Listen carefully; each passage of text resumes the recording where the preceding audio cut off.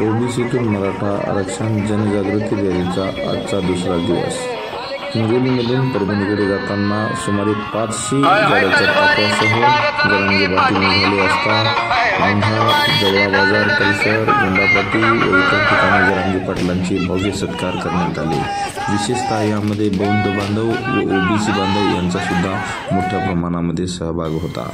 जरांगे पाटलांनी सुरुवातीलाच सांगितले होते, सरकारला हे शांततेचं युद्ध झेपणार नाही आणि पेलणारही नाही, त्यामुळे आमच्या हक्काचे ओबीसीतील मराठा आरक्षण सरकारने द्यावे अशी त्यांनी निर्वाणीचा इशारा दिला होता आणि तेच आता सत्यात उतरताना दिसत आहे।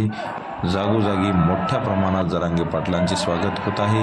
मुस्लिम बांधव सुद्धा जरांगे पाटलांच्या मागणीला समर्थन देत आहेत।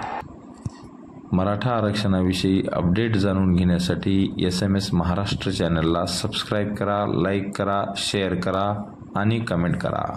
परभणीमध्ये आज मोठ्या प्रमाणात रॅली झाल्यानंतर उद्या नांदेड येथे अशीच भव्य रॅली होणार आहे।